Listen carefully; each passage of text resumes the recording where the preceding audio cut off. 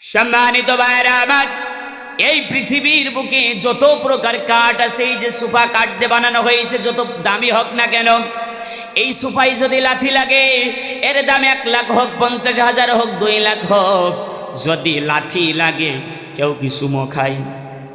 তো জবাব দেন, কেউ কি সুমো খাই? কিন্তু এটার দাম 50,000, 1 লাখ। এর থেকেও যদি কোনো দামি কাঠ থাকে, ওতে যদি পা লাগে, লাথি লাগে, কেউ সুমো খাই না, কেউ বুকে তুলে নাই না। কিন্তু আল্লাহ তাআলার কালামের সাথে 20 থেকে 30, 50 টাকার একটা রেহেল কাঠ, কসার কাঠ, একদম নরমাল একটা কাঠ দিয়ে 30 টাকা 50 টাকা দাম। মুসলমান ভাইরা রে আমার, জোড়া তালি দিয়ে ছোট্ট কিছু টুকরো কাঠ দিয়ে রেহেল কাঠ বানানো হয়, আর ওই রেহেল কাঠের উপরে আমার আল্লাহ তাআলার কালামকে রাখা হয়। এই কোরআন আল কারীম যে রেহেল কাঠের উপর রাখা হয়, সেটার দাম বর্তমান বাজারে 50, 100, 150, 200, ঠিক না বেঠি? এরপরে যদি লাথি লাগা দূরের কথা, ওই কালাম যে রেহেল কাঠের উপর রাখা হয়, ওই রেহেল কাঠ যদি স্লিপ অফ টান হয়ে যদি হাত থেকে পড়ে যায়, আমার এলাকার মা বোনেরা, আমরা যারা কোরআন পড়ি, তাড়াতাড়ি উঠোয় আমরা বুকিনি, তাড়াতাড়ি উঠোয় আমরা সুমো খাই, আর আল্লাহকে বলি, আল্লাহ আমার ভুল হয়ে গেছে, ঠিক কিনা বলেন? 20 টাকা 30 টাকার রেহেল একটা কাঠ দামি হলো কার সাথে লাগার কারণে ভাই? আল্লাহর কোরআনের সাথে লাগার কারণে। পৃথিবীর বুকে যত প্রকার কাপড় আছে, কার্পেট আছে, লক্ষ কোটি টাকা দাম হতে পারে, ওটা মানুষ লাথাই, এরপরে কি কেউ সুমো খায়? কিন্তু 20 টাকা 30 টাকা দামের একটা কাপড়, ওই কাপড় কুরআন আল কারীমের সাথে থাকার কারণে ওর নাম হয়ে গেছে গিলাব বা জুজদান। ওই জুজদান বা গিলাব যখন হাত থেকে পড়ে যায়, আমার মা বোনেরা যারা কোরআন আল কারীম তেলাওয়াত করে, আমরা উঠায় নিয়ে বুকি লাগাই, মাথায় লাগাই, সুমকাই, ঠিক না বেঠিক? কিন্তু কোরআন আল কারীমের সাথে যদি না লাগে, কাপড়টার দাম লক্ষ কোটি টাকা হতে পারে, কিন্তু মানুষ কিন্তু বুকে নাই না, সুমৌ খাই না, ঠিক না বেঠিক বলেন?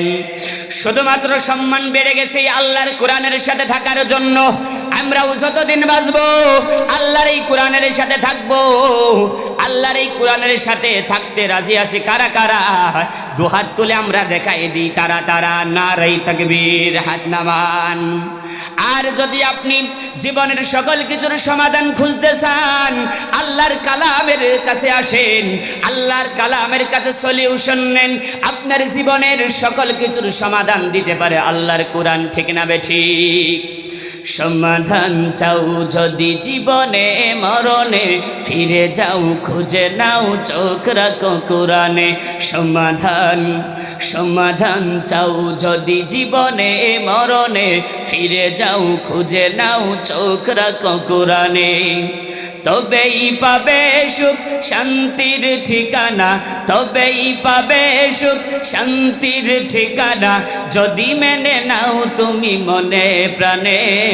সমাধান এত চির অম্লান, চির মুক্তির ডাক, এ যে মহাবাণী খোদাই কালামে পাক, ঠিক না বেঠিক? এই দুনিয়া আর সেই দুনিয়া, এই দুনিয়া আর সেই দুনিয়া, মুক্তি পাবে তুমি দোজাহানে। সমাধান চাও যদি জীবনে মরণে, ফিরে যাও খুঁজে নাও, চোখ রাখো কোরআনে, ঠিক না বেঠিক?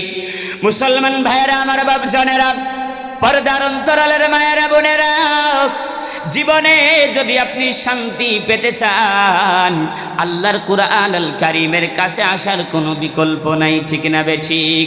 ও মুসলমানেরা, যে সমস্ত ছাত্ররা কোরআন আল কারীম শিখতেছে, যে সমস্ত উস্তাদেরা কোরআন আল কারীম শিখাইতেছে, ও মুসলমান, পৃথিবীর বুকে 3টা জিনিস এমন আছে, যেই 3টা জিনিসের দিকে তাকাইলেই সওয়াব হয়। জোরে বলেন না সুবহানাল্লাহ।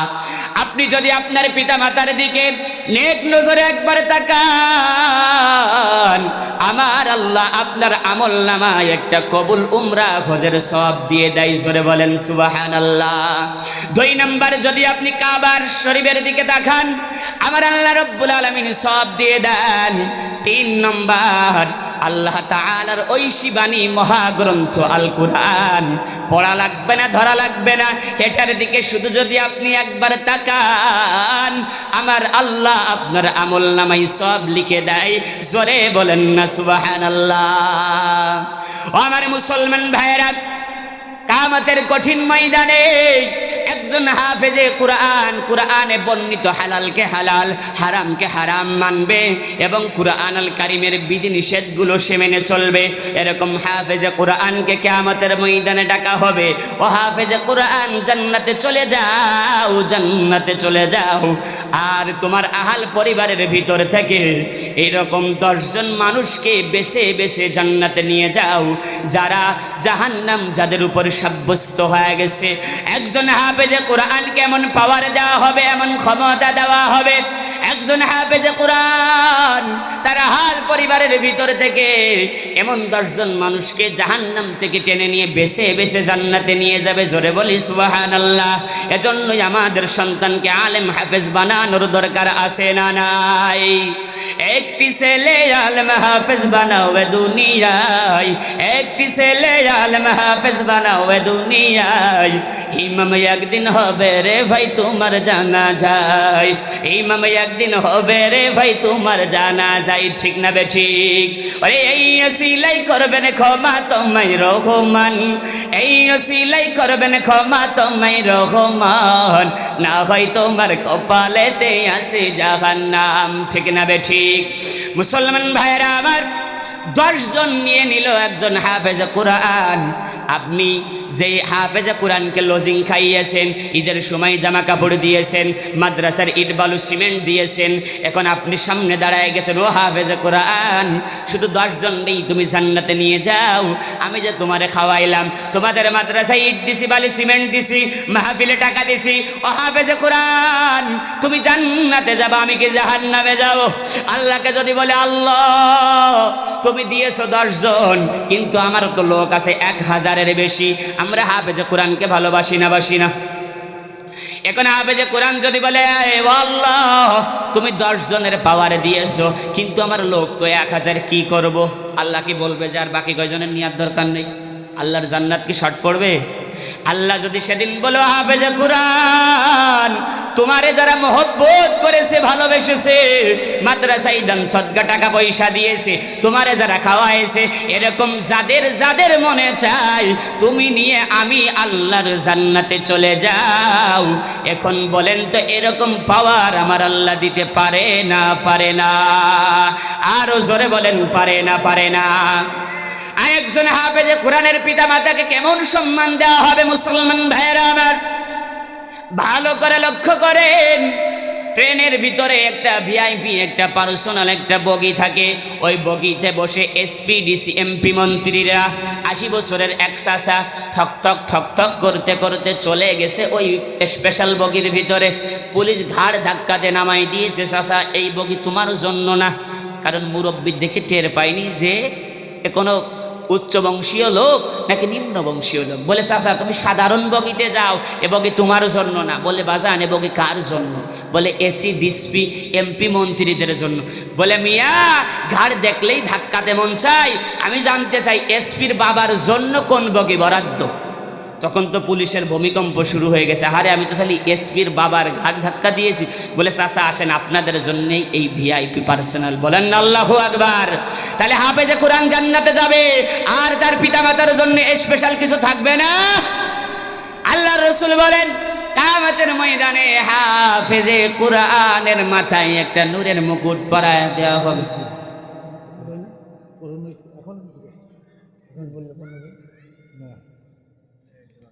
শেষ করি। তাহলে এ হাফেজে কুরআন তার পিতা মাতাকে মাথায় নূরের মুকুট পরানো হবে। কি পরানো হবে? মাথায় নূরের মুকুট পরায় দেওয়া হবে। নূরের মুকুটে ঝলমল ঝলমল করতে থাকবে। মানুষগুলা বলবে, এরা কারা? তখন ফেরেশতারা বলবে এরা হলো হাফেজে কুরআনের পিতামাতা। বলেন না সুবহানাল্লাহ। এজন্যই অন্তত পক্ষে আমাদের সন্তানদের হাফেজ আলেম বানানোর দরকার আছে না নেই? যাদের সন্তান আলেম হাফেজ নাই, অন্তত পক্ষে হাফেজ আলেমকে সহযোগিতা করা, সম্মান করা, ভালোবাসার দরকার আছে না নেই? যদি আপনি বিরোধিতা করেন ধ্বংস হয়ে যাবেন, আর যদি ভালোবাসেন আল্লাহ যদি কবুল করে হাফেজে কুরআনের সাথে জান্নাতে থাকতে পারবেন। জোরে বলি সুবহানাল্লাহ। একজন আলেম একজন হাফেজে কুরআনের বিরুদ্ধাচরণ করে তারা পিতৃ পরিচয়হীন অবৈধ যার সন্তান যারা, কথা কান ঠিক না বে ঠিক? এজন্য আমরা সবাই একজন হাফেজে কুরআন, মাদ্রাসা, মসজিদ, যত দ্বীনিয়াতের যত কাজ আছে প্রত্যেকটা বিষয় আমরা সম্মান করব, প্রত্যেকটা বিষয় আমরা খেদমত করব। কিছু না হোক একজন হাফেজ একজন আলেমকে কিছু না হোক আমরা ভালোবাসাকারী হব, ধ্বংস হবেন না। কিন্তু যদি তাদের বিরুদ্ধে সারণ করেন আপনি ধ্বংস হয়ে যাবেন। আল্লাহ রব্বুল আলামিন যে কথাগুলো বললাম আল্লাহ আমাদের সকলকে আমল করার মতো তৌফিক দান করেন। বলেন আমিন।